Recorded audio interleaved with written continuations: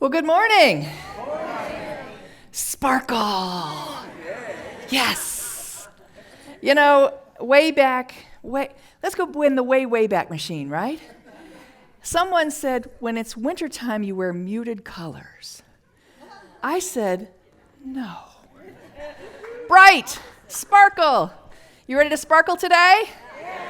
A few of you are. You ready to sparkle? Yes. All right. Turn to your neighbor and say, all is well. All is well. And now turn back and say, and it's unfolding as it should. Woo! Thank you for that. That's one of my favorite songs. I love that song. So, this morning we're going to talk about spiritual healing, but I never let a title get in the way of a good talk, you know?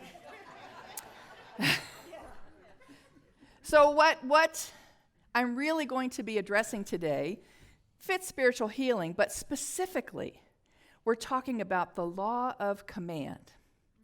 The law of command. And I'll give you an example of that. So this was back in 1995, somewhere around there. My now ex-husband and I lived in Minneapolis. In the Midwest, the upper Midwest, they have tornadoes. And also, I had never lived in that part of the country before. They have sirens that are erected throughout the town.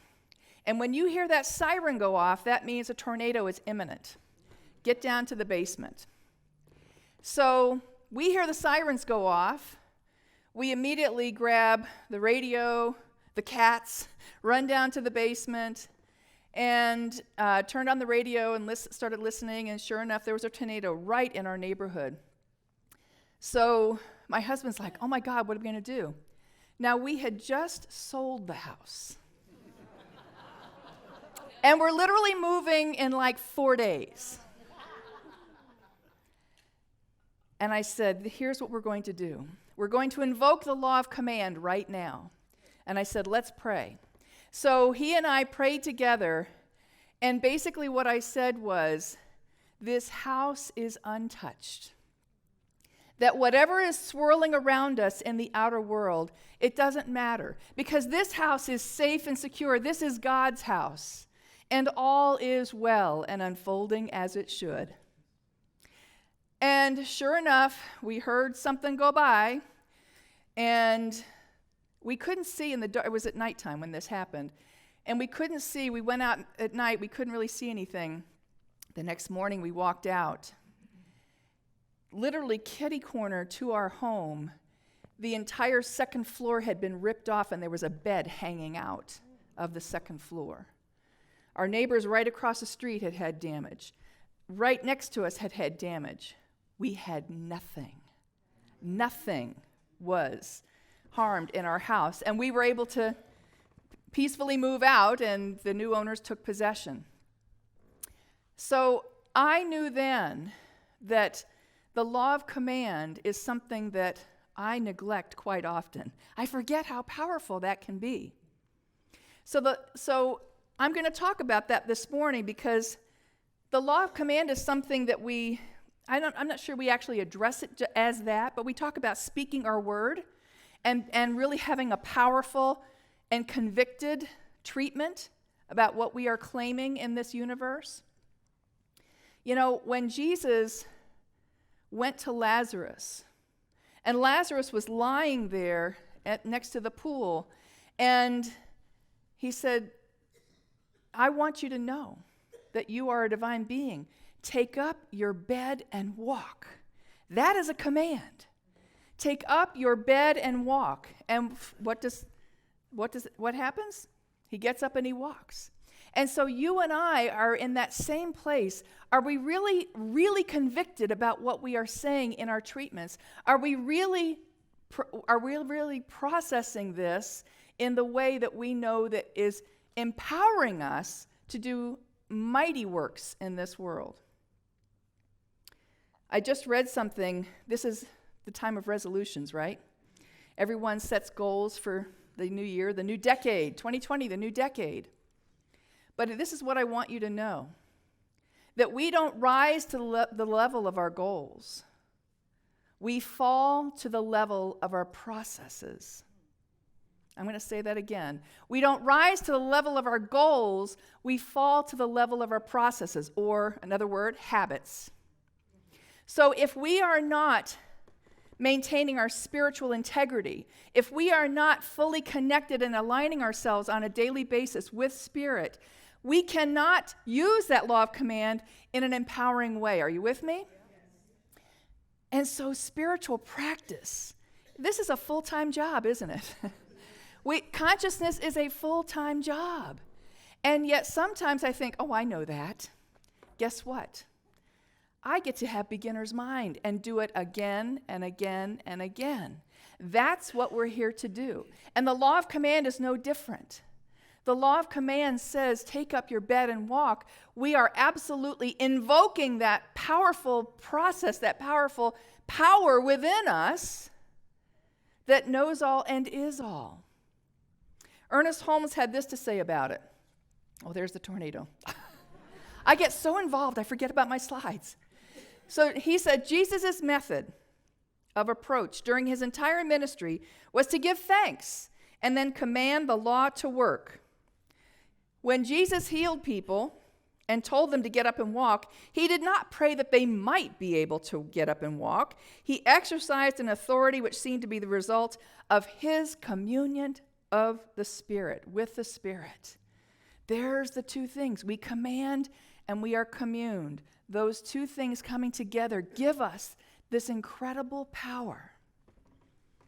So when we speak our word, we are invoking not only that which is us, but we are invoking that part of us that is beyond us. Are you with me? That part of us that is transcendent above the limited human power that we have.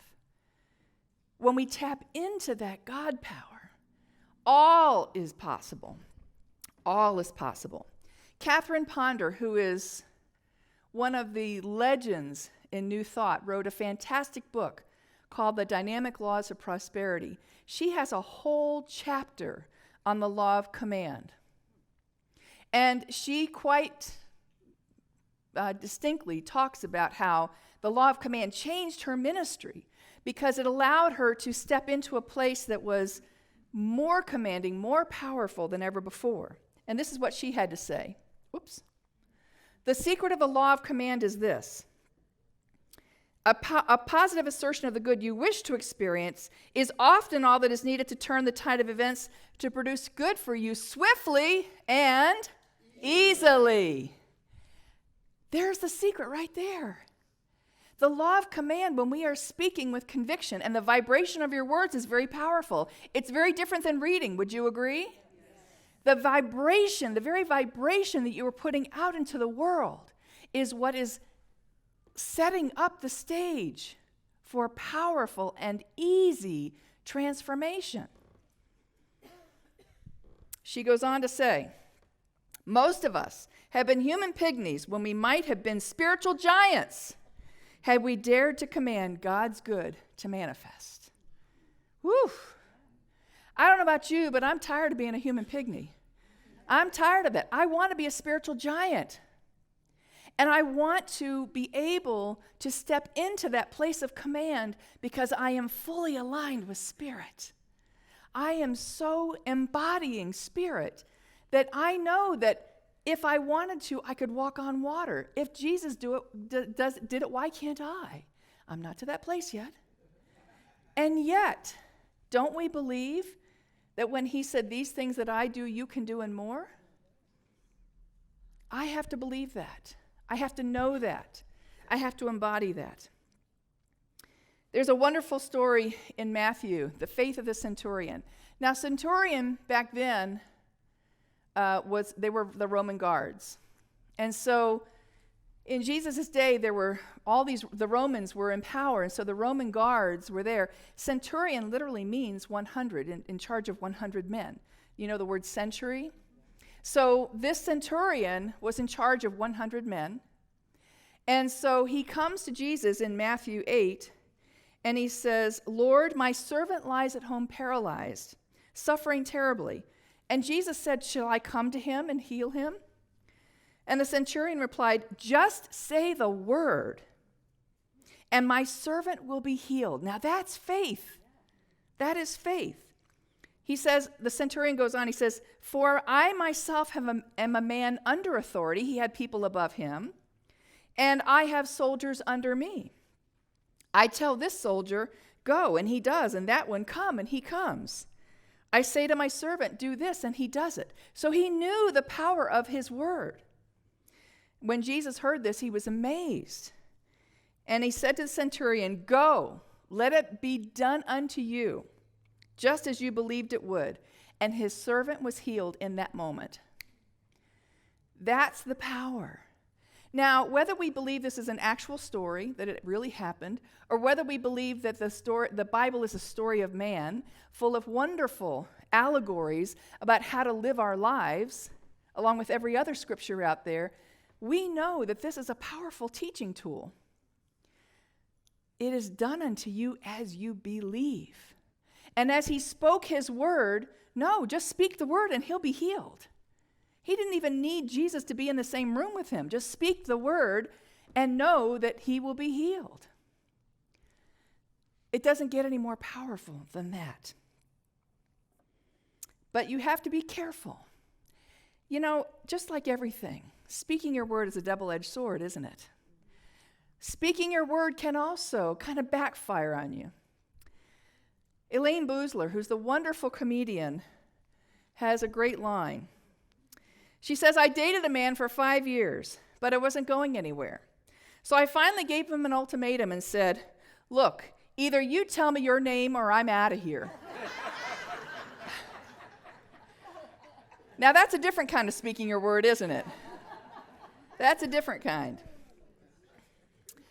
And here's another one. There's a very historic cemetery in Key West, Florida. And this is an actual headstone in Key West by B.P. Roberts. "I told you I was sick." She was a local waitress, and she had been saying for a while, I'm sick. So what do they put on her headstone? "I told you I was sick." We all know people like that, don't we? But that's not what I'm talking about. I'm talking about the real power not to claim something that we don't want, because trust me, we all know what we don't want, right? We all know that. How about claiming what we do want? Muhammad Ali, "I am the greatest. I said that before I even knew I was." Now that's the faith that I'm talking about. That's the power that he was invoking. He didn't even fully believe that yet. He was still this struggling boxer, but he started saying, "I am the greatest." And he pulled that power out of him until, guess what? It manifested. He was the greatest boxer of his time, maybe of all time. So that's the power we're talking about. Glenn Morshower, who you probably don't know his name, but you've seen him as a character actor. He was in 24. Remember Kiefer Sutherland, yes. So I saw Glenn present at the 2010 CSL conference in Chicago. And this is what he had to say. "Watch your words. Pursuit is not having. I didn't come to Los Angeles to pursue an acting career. I came to have an acting career." Isn't that perfect? We've got to watch what comes out of our mouths. Because what are the two greatest words in the English language? I am. Whatever you put after that, you are claiming. You are absolutely claiming. I have found the second most two powerful words in the English language are cancel, cancel. Because sometimes things come out of my mouth and I go, "Ooh, did I say that?" Does that happen to anyone else besides me? Okay, a few of you. And so when you find yourself saying things like that, that's when I immediately go, cancel, cancel. A teacher taught me that years ago. And it has been so powerful for me to immediately eradicate that thought. Now, what do I have to do next? I have to replace that thought with what I do want, what I want to claim. I speak my word. I have the power and authority and claim it right then and there. So I'm not only neutralizing what I've just said, I'm empowering with a whole new idea. That's spiritual consciousness. That is being totally connected. That is being alive and aware of what we are as conscious beings. Because that's what we're not here to be asleep and just walk through life and, okay, let me watch some TV and I'll go to bed and I'll get up and do the same thing tomorrow. We are here to be embodiments of the living Christ. We are here to be the beings that we were born to be. And that means being fully conscious about everything that we're doing. Emilie Cady, who wrote Lessons in Truth, another giant. One of the unerring truths in the universe is that there is already provided a lavish abundance for every human want. In other words, the supply of every good always awaits the demand. Another truth is that the demand must be made before the supply can come forth to fill it. That second truth. Now, we all have that power within us, but the second truth is we've got to call it forth. We know that we have the cattle on 1,000 hills. We know we are prosperous beings. We know we are love embodied, and yet until we claim it, it isn't ours. It isn't ours. If I get in my car, I can just drive willy-nilly and go anywhere. But if I get in my car with an exact destination of where I want to go, isn't that more effective, more powerful? And too many times in my life, I have driven willy-nilly just to look busy. Oh, I'm being productive. No, I'm not. If I don't know what I want, and if I don't claim what I want, what good is that? And for too many years, I knew exactly what I didn't want. And I was ready to tell you all about what I didn't want. I told every practitioner I ran into, this is what I don't want. I didn't know about cancel yet. And every practitioner would say to me, what is it that you do want? That stumped me for a while. But that's the work that we're here to do, is to not claim what we don't want, is to understand exactly what it is that we're here to do and claim that. That takes more work. It takes the inner work that we are here to do. Our beloved co-founding minister, Barbara, is one of the best living embodiments of truth I've ever known. And so yesterday, as I was preparing again, I wrote a treatment for Barbara. And I put it in the programs. If you didn't get a program, we have some extras. If you would just hold up your hand, we'd be happy to give you one because we're going to read it together. We're going to read this treatment for Barbara. Because there is power in the collective, isn't there? There is power in us claiming this together. There is power in the word.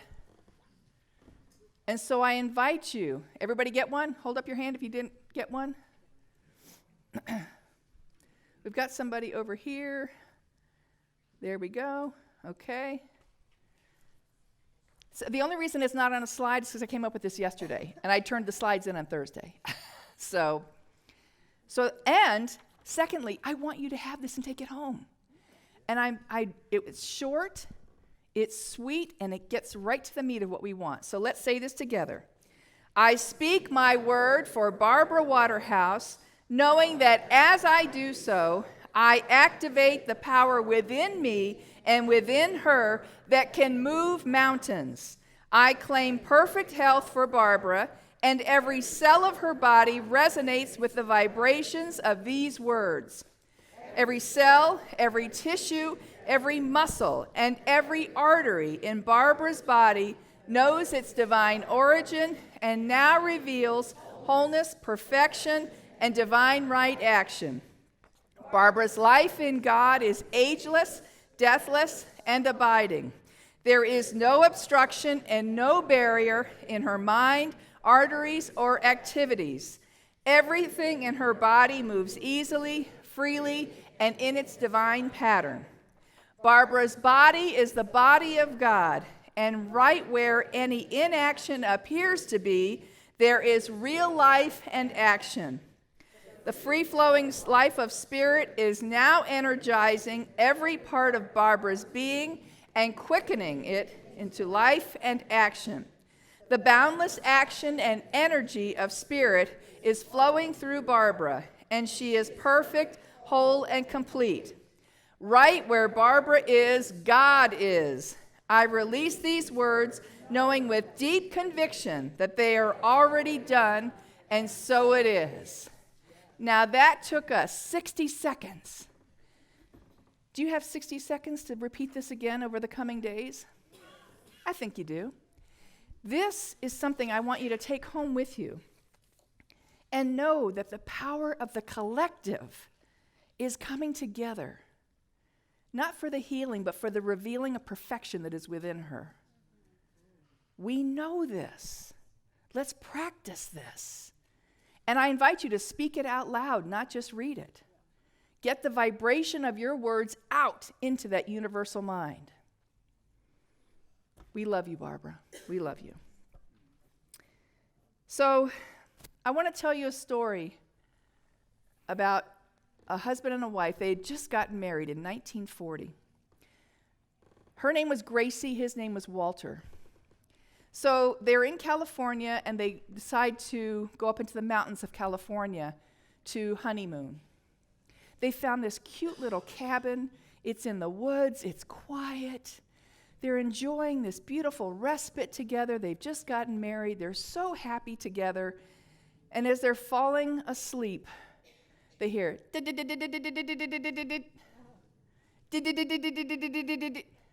what is that?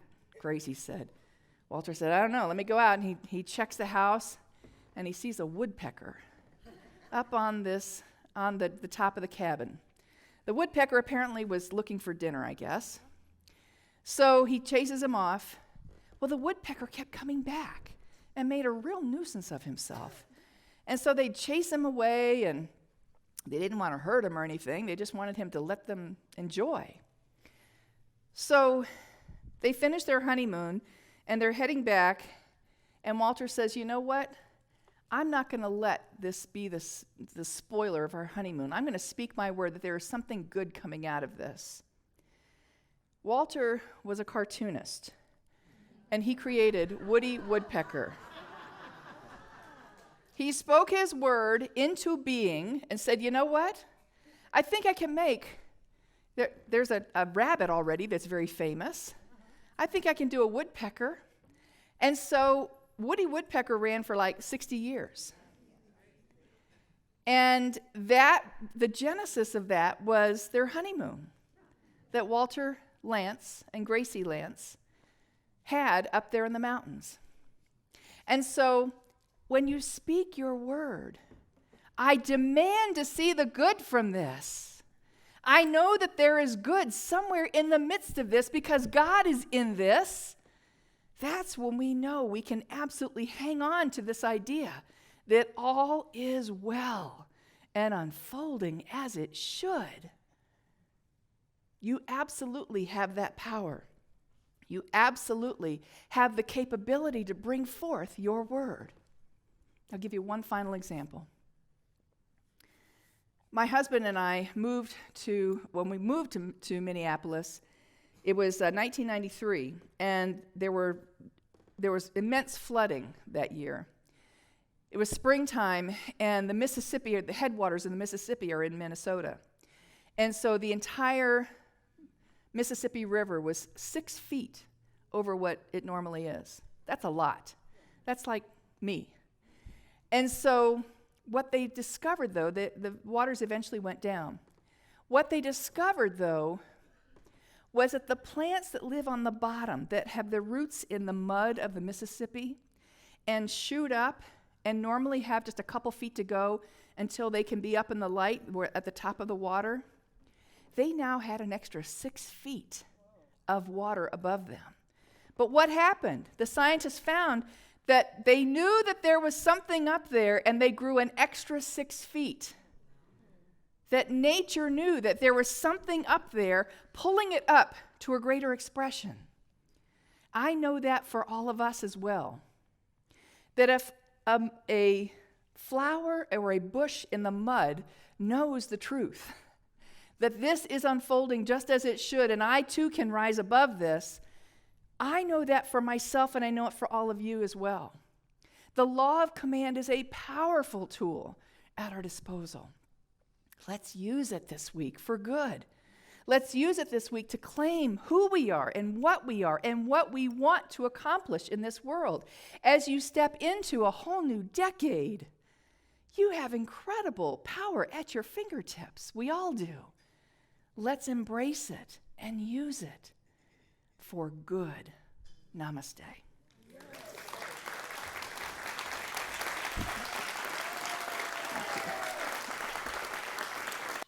Hi, I'm Barbara Waterhouse. And I'm John Waterhouse. Thank you for watching this message today. Through our website, cslasheville.org, we have over 1,000 messages, classes, and New Thought books, all to download at no charge to anyone.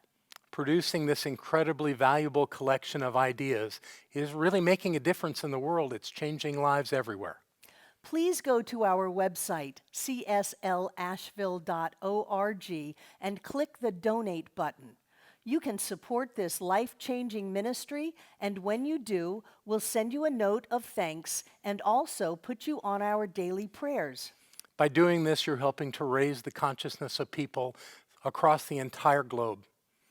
We're changing lives together, those lives that are being more prosperous, more healthy, and more joyous. Thank you for being a part of this important work and supporting what we do here at CSL Asheville. Thank you.